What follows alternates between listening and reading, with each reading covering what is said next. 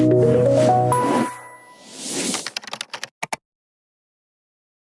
and welcome back.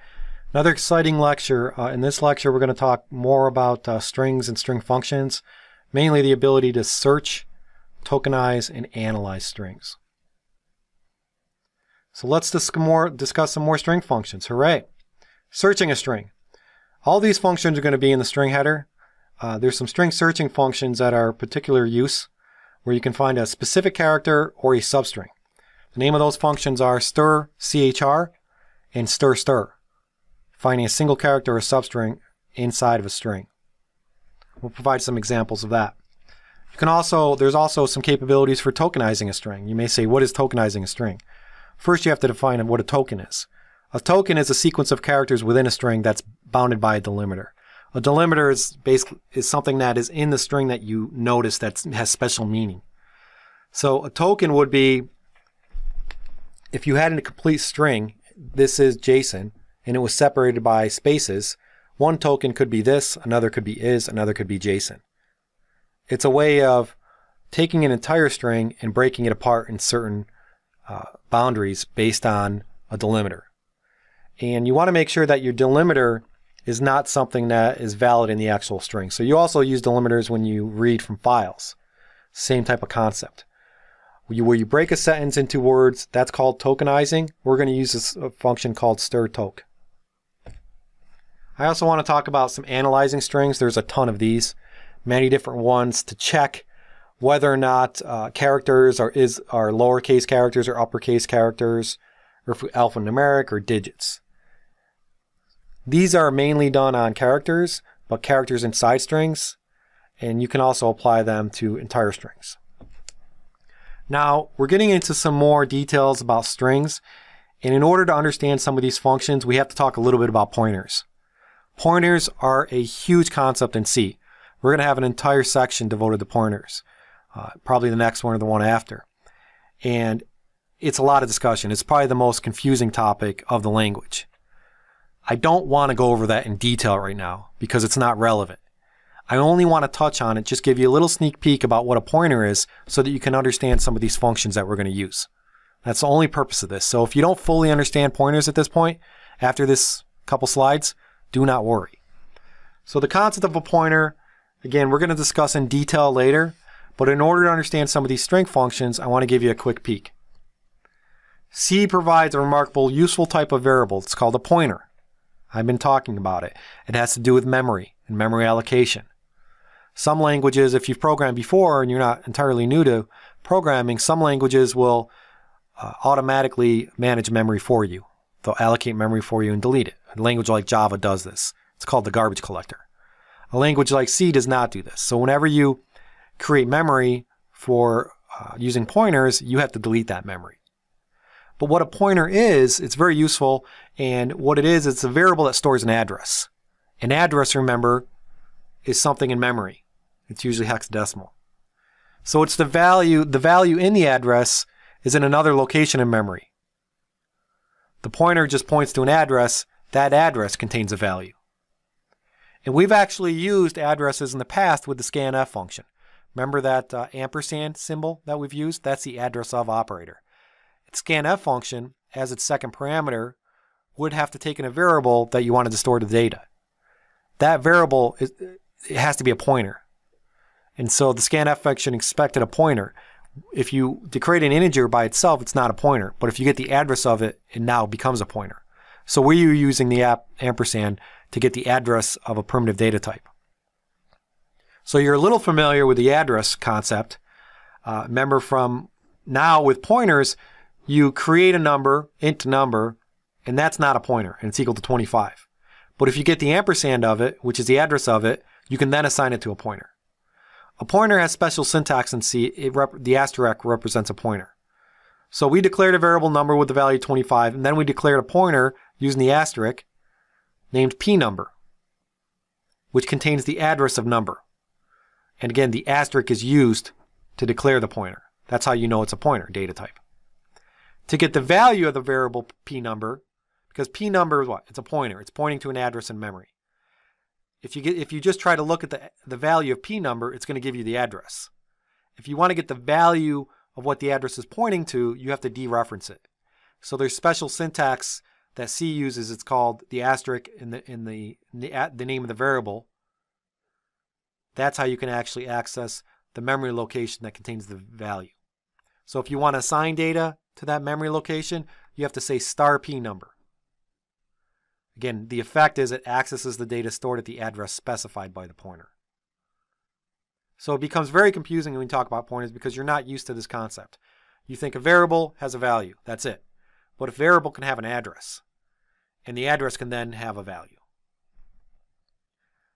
This slide tries to illustrate what I just mentioned. I found this in a book that I've read.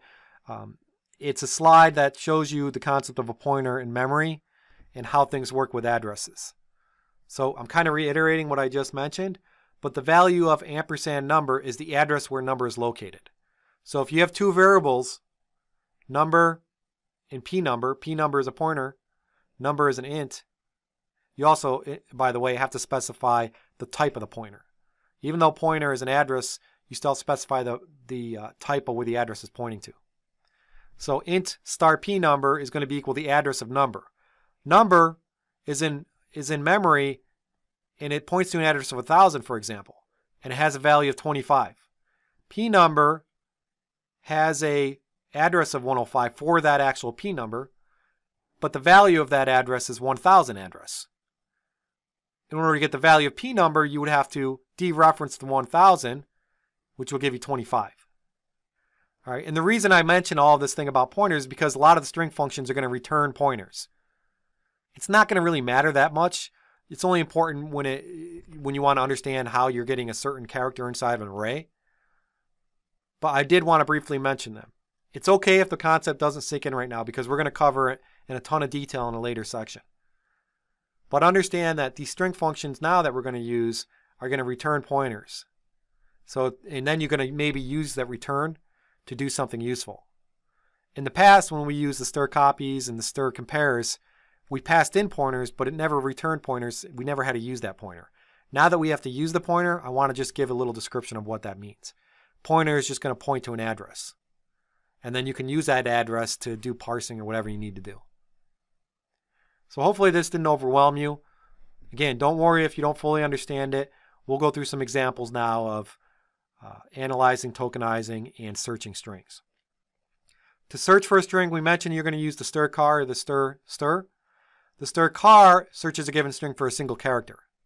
The first argument to the function is the string to be searched, which will be the address of a character array. The second argument is the character that you are looking for. We'll provide an example in a second. So the function is going to search the string starting at the beginning and return a pointer to the first position in the string where the character is found. This is why pointer is important now, because we're not returning an entire value. We're returning a pointer to a character inside of a string. And that address represents the index of an array, essentially. So the address of this position in memory, it's of type character star, and is described as a pointer to a car, which is really just a single element, a single character in memory. To store the value that's returned, you must create a variable that can store the address of a character, so you have to create a pointer. If the character is now found, the function returns a special value, which is null. Null means that the pointer doesn't point to anything. We use null when we talk about pointers. And null is just saying it didn't find anything, so it's not pointing to anything. When it points to something, it points to the address of where you found that character. And then you can start parsing from there. Because remember from the earlier lectures, when you create a character array in memory, you just have each character represented as a byte. And if you're parsing a string and you want to see where a particular character starts in that string, you return that byte. And then you can start looking from there. So stir car, how you use it is this. You say, you create a string, character string, and we initialize it here with the quick brown fox. We then create a single character, and we initialize that with Q. Then we create a pointer, because we have to create a pointer because that's what's returned from the stir car. That's what allows us to see where in that string we found a character. We're going to initialize our pointer to null, because right now it's not going to point to anything. Then we're going to call stir car, we're going to pass in our string, which is the quick brown fox, and we're going to pass in our single character, which is Q. What's going to happen is it's going to look inside the quick brown fox, and the first time it finds a Q, it's going to return the address of that Q. So p.char is really going to be pointing to, let's see, it's going to be pointing to the 4th index of stir. Because T is sub 0, H is sub 1, E is sub 2, space is sub 3, Q is sub 4. So p.char is going to point to Q in the quick brown fox. And so you can see exactly where that character starts in that string. So the first argument to stir car is the address of the first location to be searched. That's the search string. Second argument is the character that is sought, the character that you want to look for, a single character. It expects the second argument to be of type int. So technically, stir car, the second argument takes int, but C compiler will automatically convert the char to an int. It will get the ASCII value essentially. So you could actually define the Q, single character, instead of a single car, you could define it as an int. That's just more of a technicality that I wanted you to know about. But p.char is going to point to the value quick brown fox because it's going to start at Q and then it's going to go to the null terminator if you try to print it out. So it's actually going to be quick brown fox when you run this example. This is how you can search for a single character in an entire string. Use stir car, then use the pointer, and then display the pointer. And how do you display that pointer? The same way you display other characters. Use printf %s. So this is a nice mechanism to search for characters in an entire string. If you want to search for a string inside of a string, which would be a substring, you use stir. This is probably the most useful of all searching functions. It searches one string for the occurrence of a substring. And it returns a pointer to the position in the first string where the substring is found. Very similar to stir car, but it searches an entire string. If it didn't find any match, it returns null. The first argument is the string that is to be searched, just like stir car. The second is the substring you're looking for, another string. So here's an example. It looks very similar to the other one, except instead of looking for a single character, we're looking for a word, a string. So we have word, which is equal to dog, and we have text, which is every dog has his day. We create our pointer again because it has to be, this is what the function returns. When we call stir, we pass in the text, the string that we want to look at, and then the second argument is the word that we want to look inside that string. Right? So it's going to search for the text, the first occurrence of the string stored in word. The string dog appears at the 7th character in text. Right? If you look at text sub 6 is going to be equal to dog, and that's where it starts. So the pointer is going to point to the address of text plus 6, dog, and it's going to start there, and then it's going to go to the null terminator. So pfound is going to be dog has his day. And also be careful because the search is case sensitive. If you actually provided a capital DOG, you're not going to find anything. It's only going to look for the correct case. But this is used to find substrings and strings. Very useful because a lot of times in a program you're going to say, does this string inside this string? Because you're doing like, it's almost similar to like a grep, if you've ever used grep on Linux. All right, I hope this makes sense. Tokenizing a string. A token is a sequence of characters within a string that is bound by a delimiter. We know this. A delimiter can be anything, but it should be something unique to that string. Don't have a delimiter as A, because now it's going to find in that string something valid in a word. Make it something unique, like a space or a comma. This, again, is used as a boundary for usually words in a single string. So it breaks a sentence into words. It's called tokenizing. The stir_toke function is used for tokenizing a string. It requires 2 arguments. The string to be tokenized, which is the entire string that has the spaces and has the delimiters. And then the string containing all the positive delimiter characters. You can specify what you want to set as the boundary. So here's an example. We're creating a character array, 80. It says, hello, how are you? You are dash, my name is dash Jason. We then create a constant string that represents the delimiter, which is the minus, the dash. It looks a little different, but it's still the minus the dash. They're both dashes. And then we create our pointer, which is token.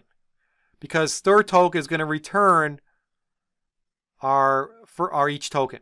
So if we call stir_toke and we pass in string, and we pass in our delimiter as s, token is going to be equal to the first thing that it finds. So the first time you call stir_toke, it's going to be equal to hello, how are you, space. And then it finds the match with the dash. And if you call it for a second time, it's going to print out my name is. If you call it a third time, it's going to print out Jason because it's going through the dashes. So that's why we have a while loop here. We say while the token is not equal to null, print out the token. And then we call token, we get the next token by calling stir token. And we say null as our first parameter and s as our second parameter. And then we display. So let's look at this in code blocks since it'll make it more understandable.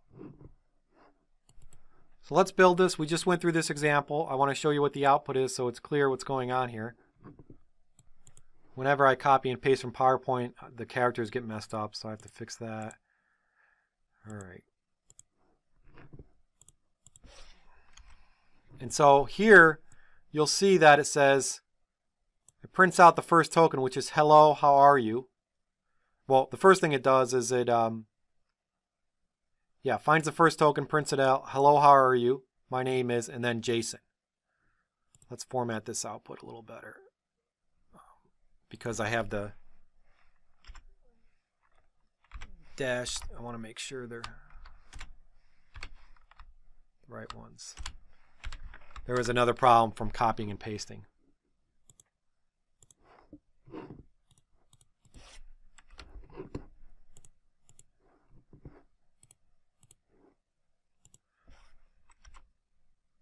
So now we have hello, how are you?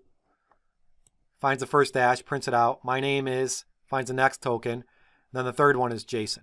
But you have to call the token 3 times to get each token. The first one's going to tokenize on the stir. See, the next one you can pass in null because you don't want to look again. You just want to get the next token. And so you pass in null the second one and you just pass in S. It will give you the next token of the stir it already toked. So that's how you can use stir toke. Separating, it helps a lot with parsing. You can parse something and get certain word boundaries out. The last functions I want to talk about are these analyzing string functions. Is lower, there's a ton of them, so I just provided a little table here. Is lower, is upper, it does exactly what you think it would do. It tests to see if a character is lowercase or uppercase. So we're testing certain characters, but they're used inside strings. And so the argument to each of these functions is the character that you want to look for.